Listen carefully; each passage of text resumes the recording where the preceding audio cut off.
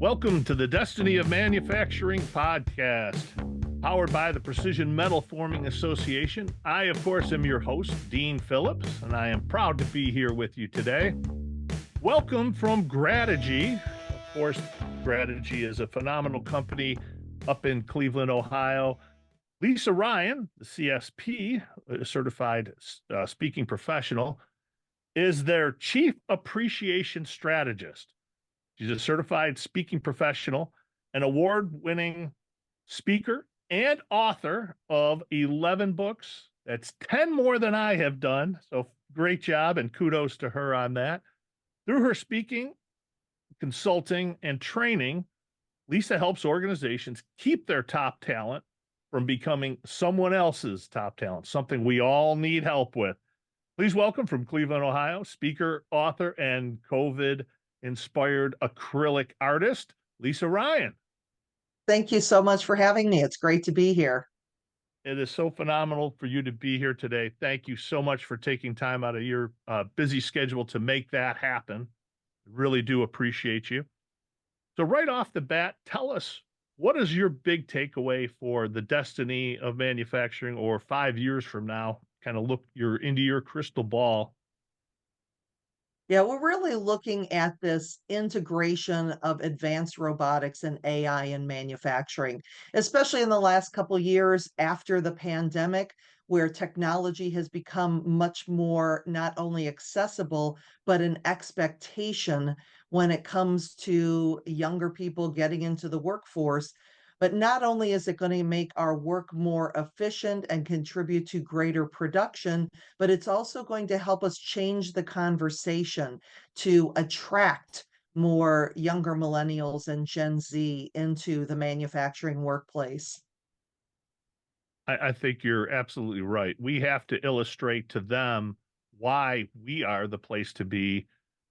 It's a challenge, I think, for us for so many times because we don't know how to do that, and we need people like yourself to help us understand our messaging and our communication of that message to the younger generation, which is, I'm sure, part of the reason why you got involved in speaking to begin with, is communication. Exactly. And especially changing the conversation around manufacturing, but letting people know that when you get the culture right, it makes up for a lot.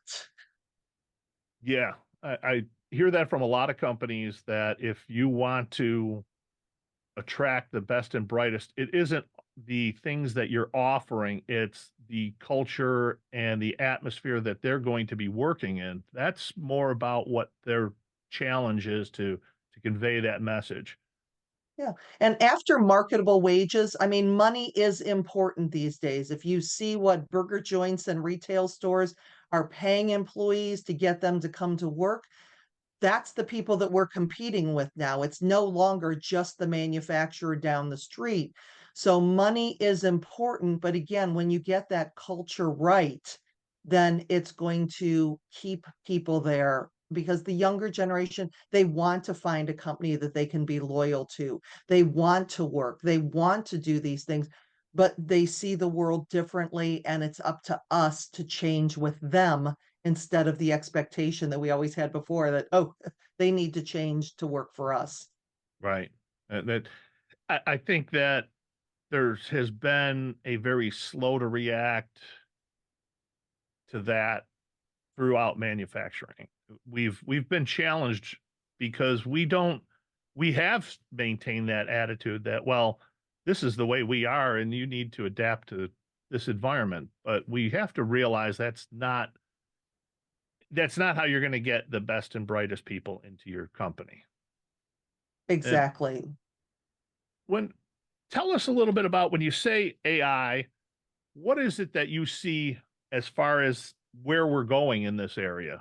What is it, are some of the things that from a robotics and an AI standpoint you see changing?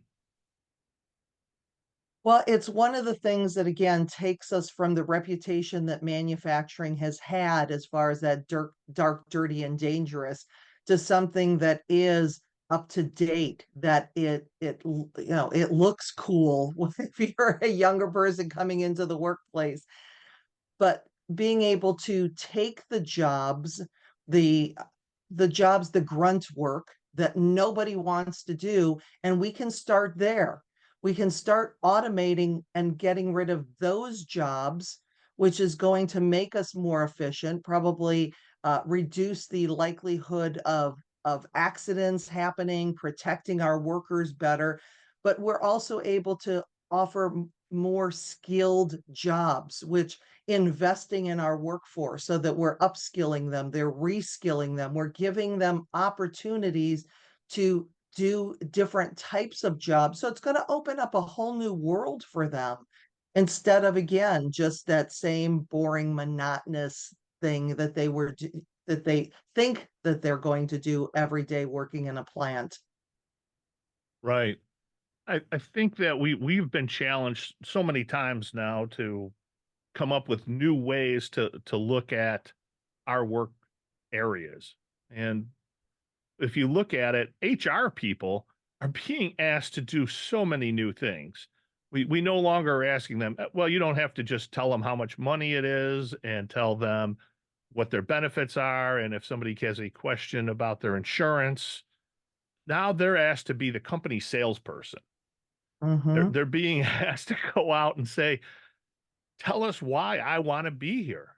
Tell me why. And I did a seminar at FabTech, and one of the things I told them, I said, first thing you should do during an interview, tell them to pull this out because they're never asked to do that. They're in fact, it's the other way. They're discouraged from having their technology with them, and then go around and have QR codes set up so that you can scan it and it pulls up a page or a worksheet that they have to do. That is going to encourage them to understand that this is a company who sees and understands what I'm looking for in a company. And I think then the other part of it is explaining the why. You know, you can do the what, but you have to explain the why. You know, why is it important to work here? How are you being impactful? People want to hear that. That's a message. Where do you see our biggest challenges coming from? Well, we mentioned it a little bit before, but it's really changing, realizing that we as company owners, leaders, HR professionals have to change, and that it's not people coming in, candidates coming in and selling themselves to us. You just mentioned it. We have to sell ourselves to them. And frankly, it's not just about the money, the benefits. These are your responsibilities. This is what you'll do. How are you making a difference? How does your product make a difference? How do you contribute to society? How are you being sustainable? How are you protecting the planet? Because, the younger generations, well, they're a little miffed at the boomers for, destroying the planet in their perception. So what are organizations doing that they can be a part of? So that's one thing, but also when it comes to the whole onboarding process, and I know at my presentation at FabTech, that was one of the ones that I covered, was it's not just day one, putting people in a basement, having them fill out paperwork all day. It's T minus 2 weeks. They accept the job. How do you start to onboard them? How much of the paperwork can you have them fill out before they even get there? Because with every stroke of that pen or click of that keypad, they're making a commitment to you. Because if they filled out the paperwork and somebody else called them before they started, they're like, hey, you still looking? They're gonna be like, "I just filled out a bunch of paperwork. I'm not doing that again."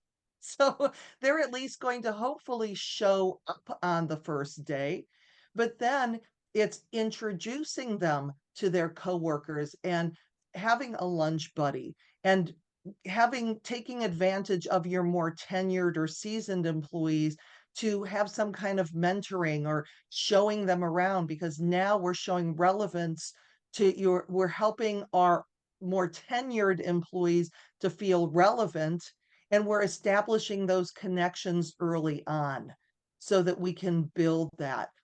One of the other things I always recommend is to, when that employee comes in, to give them some swag. There is not a person on the planet who is more proud to wear your logoed merchandise than a new employee. And I also want to mention that what you're doing for your new employees, don't forget to do for your tenured and seasoned employees. Because I was talking about that to a client the other day, and they were running into that because they were putting so much effort into the new employees. And I'm like, that kind of sounds like what the phone companies do to you. You know, you're going to sign up for this new phone and they're going to give you $1,000 phone and they're going to give you $10 a month. And it's like, hey, I've been with you for 30 years. What about me? So there's that element of fairness that, yes, we do want to welcome employees, but we also want to realize that the people who have been loyal and committed to us for a long time, they're seeing what we're doing to those Mhm. new people, and they want to also feel that they're still valued parts of the organization. Yeah, that's a very good point.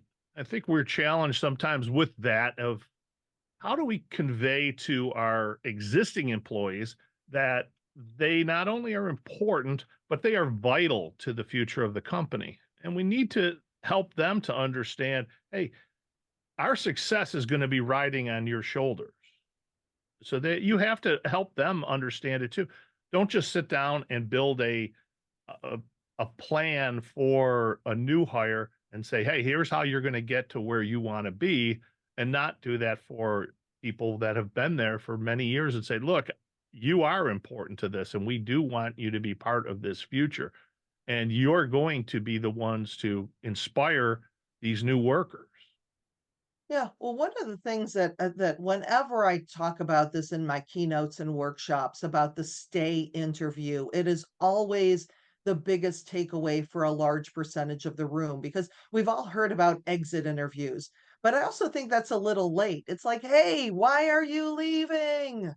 Versus a stay interview. And if you're not familiar with that term, that is sitting down with every one of your employees and asking them questions like, what do you like about working here?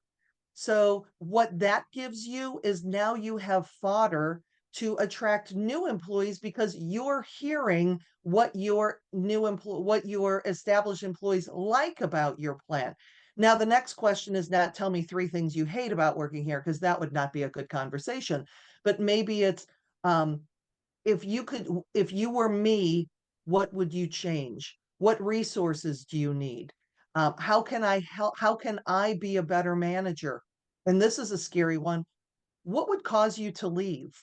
Mm. So now we're hearing these different opinions because today's employees want to be heard. And just by number one, having that conversation with them, they're going to feel that they can contribute. And I have to say this, that when you're having the conversation, you are the master of the poker face in that your only response is thank you for sharing. You're not fighting, you're not justifying, you're not saying, "Oh, they don't understand why we have to do that this way." No. Thank you for sharing. Because if you fight, argue, or justify that, you are taking away that safe environment for them to be able to share. And if you're doing that, make sure that you're giving your managers the resources to act on some of those ideas. Because again, when employees feel that they're a part of the decision making and they see the world differently than you do, they also know their jobs better than you know their jobs. So, given the opportunity, they're probably going to surprise you with the ideas that they come up to get even more efficiency, to get even more productivity out of the things that they're already doing. Right. It kind of goes back to the old suggestion box mentality. When when you have a suggestion box, which usually lasts maybe a month or so at most places, you put it up and then people give you a whole bunch of suggestions. You don't like 70% of them and you take it down. Mhm. It, it isn't about the case that you have to do everything, but you have to be responsive and respectful of the people's opinions. So if you do have a suggestion system, whether it's an in-person kind of system where you sit down with each person one-on-one, or if you're asking for comments, you have to take those and at least say, look, we don't have the funding to do that right now, or we're working on that, or we're working towards a solution for that. It probably isn't going to happen today or this month, but as long as you tell people that you are working towards a solution, people are usually okay with that. It's when you don't say anything and they feel like, why would I ever give you another piece of feedback when you don't ever do anything with it? And it can look Right. like you're not doing anything. How do we Absolutely. escape that nowadays? Well, we give the credit where credit is due. I mean, if you get an idea from the suggestion box that you implement and you say, hey, this was an idea that Joe came up with, we're going to implement it, or letting that person know, Janet told us about this area that she saw some inefficiencies that we may be able to do. So that way, you're sending that signal to the rest of your employees that they are listening to us because they realize that you're not going to be able to give them everything that they want. But again, if they feel that you are at least taking the time to listen, and in a lot of cases, it's not going to take a lot of time. It's not going to cost you a lot of money. We think that, oh, if we ask the employees what they want, they're going to demand $50 an hour and a 3-day work week. It's like, no, in most cases, they're not. They just want things to make their lives a little bit more easy. And Right. also the conversation that we never thought that we would have in manufacturing is flexibility. Those 2 never seem to go in a sentence, but in a post-pandemic world, it's not a nice to have, it's an expectation. So we figure it out. Do we go to a 4-day work week? Do we offer things like the mom shift from 10 to 2 so parents can drop their kids off at school and be there when they come back? Can you have split shifts? Can you have core hours? So asking yourself questions that you never thought that you would have to ask yourself and figuring out a way to make it work. That's how you're going to connect with the employees of today as well. Right. I think that, kind of looking at some of the things that we've talked about already, but talking about things like robotics, what robotics does as a whole, I want to include also autonomous vehicles or vehicles that are operated remotely. For instance, fork trucks that are operated from another location. These kinds of technologies offer that flexibility that we can do. I was talking to somebody from Lockheed Martin, and they were talking, well, we build aircraft, so it's very difficult to have the workforce work remotely. Difficult and impossible are two different things. Mhm. There is an opportunity there to find where people operate robots remotely. They don't have to be there. Now, and if they are there, that they use that robot to add value to their position. So how is that robot adding value and making your position more beneficial? And instead of being valued at something like, let's say your amount of work is adding $100 of value to this product, instead, it may be adding 2 or $300 with the assistance of a robot. It's understanding that and helping all of our people to understand how important they are, but also how do we make your job more efficient, better? How do we do that? Because things like handling parts, those kinds of things are difficult to do for even for human people to be able to handle, move that part. Well, if that could be done quicker or easier with a robot, and you're just there making sure that it gets tended in the right way, and you can produce an extra 2 or 3 or 5 or 10 parts an hour, that adds value. How, we talk about transforming and reskilling our current people. How do we get them to understand where we want to take this? Not only our people being the people that are working on the floor, but also the people that are working in the office and the people that own the companies to understand the value of this process of explaining to them why it's important. Oh, absolutely. When it comes to training and investing in your employees, that is going to give you a bigger bang for the buck than anything else. but we have to do it in a very personal way because remember, you have your older, your more tenured, let's say, employees, your baby boomers and Gen X in the workplace that may not be as comfortable with technology because their brains aren't wired for it. Gen X, obviously, a little bit more than boomers because they were the digital pioneers. But now we're getting into the millennials and Gen Z, and they had an iPhone or a smartphone in their hand from the age of what, a year old. So that's an expectation. So it's easier for them, but we still want to take a look at where people are and with your people who aren't as comfortable with technology to teach them in a different way so that they are. But we Mhm. create a learning environment because for years I did contract training as well, where people would send people to this training on, dealing with difficult people or improving employee accountability or those types of programs. And generally, the people that were in those rooms were the ones that were difficult to have or were that were not accountable.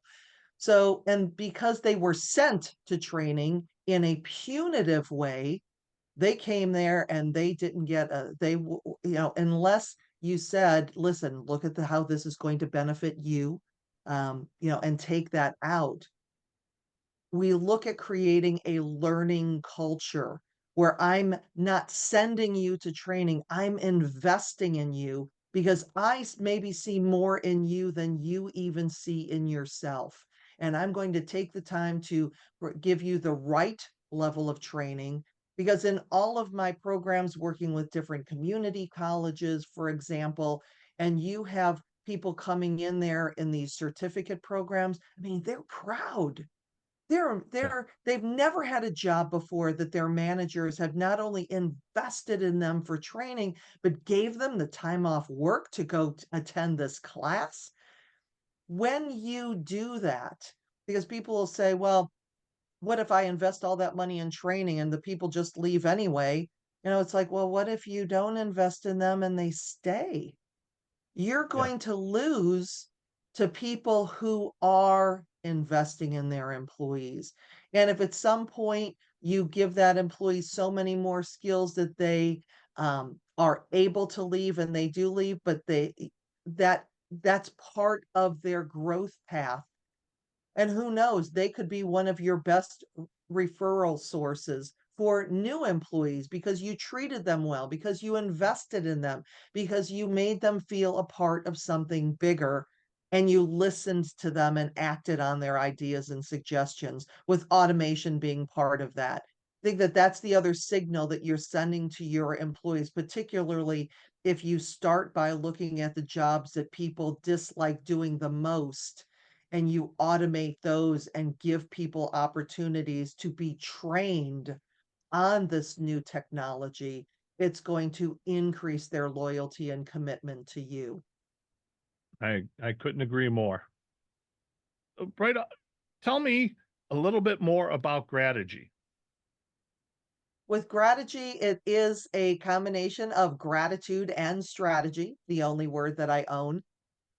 Because when working with my clients, and again, I do speaking and training and consulting, but a lot of times when we're talking about employee engagement or retention, it sometimes feels like a check mark because you cannot read a business publication or trade magazine without somebody telling you you got to engage your employees if you want to keep them. And then it's like, okay, what do I need to do? Check.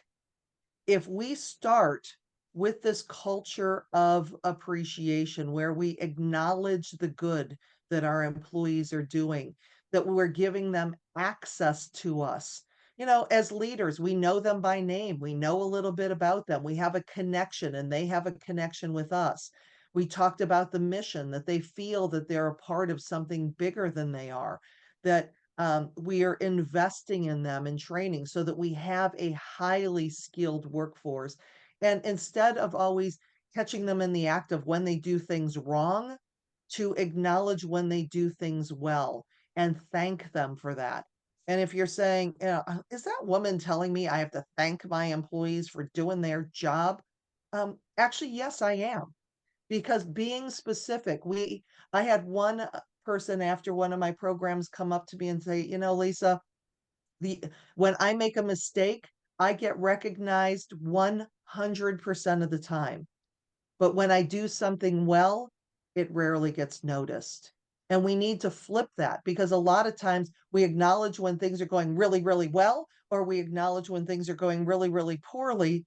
But if things are just running well, status quo, we acknowledge that because it's the employees on that shop floor that are helping us do that. And we acknowledge them specifically. It's not, hey, Dean, great job. Well, what was so great about it? You know, Dean, I really appreciate the fact that you put in that extra hour of overtime so we could get that order shipped. The customer was thrilled, and I just want to let you know how much I appreciate you staying. And you might be saying, well, what do you mean you got to thank him? He just got an hour and a half. He just got time and a half for overtime. Well, yeah, but if I reach out to Dean next time and say, hey, can you stay over? And I didn't thank or acknowledge him last time, he's going to be like, I got a hot date. I am out of here. You know? Right. So it's just these little moments of connection that we have that really do make a huge difference. Right. And I am a firm believer in the understanding what the languages of affirmation are that you want to do for different employees. And everybody's different. Some people want the attaboys, want to hear about it. And some people don't like that. But I often told people, look, it's not just about you, it's other people. There are people that want to be recognized for getting an award or things like that. And by recognizing you, that helps them to say, I want to be like that. I want to achieve that. Not everybody reacts the same way to every single thing. Some people react better to some type of a recognition. Some people want time off. Some people want a monetary award. You have to look at those things and see what they are. For instance, as you see over here, this was a belt that I designed for the purpose of basically acknowledging people who do things in a safe manner. So that was the safety belt. And it Nice. was designed so that a company who was doing things well, would get the safety belt and they would run around with it and they would get pictures with it. And it was something that people acknowledged and really wanted that more than they wanted an award, more than they wanted money. That was it. That was the thing that drove them. And it's interesting how, when you look at what motivates different people, you have to acknowledge that people want to be communicated in different ways or when they've done a good job. So it isn't just in one form or another of how we want to do that. So Yeah. I Well, and I think really, about, oh, I was just going to say, figuring out, like using something like an all about me sheet where you find out what's your favorite candy bar, what's your favorite hobby, what's your favorite sports team, what's your favorite gift card, what's your favorite, do you like public or private recognition so that you can really personalize it because what you just said. People look at the world differently and it's not a one size fits all model. right. That's a great point. Lisa, how can people get in touch with you? My website is lisaryanspeaks.com, and there are videos and resources there as far as the different programs that I have. I am also pretty prolific on LinkedIn, where I regularly post articles and content there. So just send me a note that you heard me on the show and connect with me. If you do Lisa Ryan and Grategy, I will pop right up. That's fantastic. And lastly, why are you involved in PMA? I have loved working with PMA for the last several years. Not only have I been the keynote at several of their events, but I am also on the faculty of their management development academy.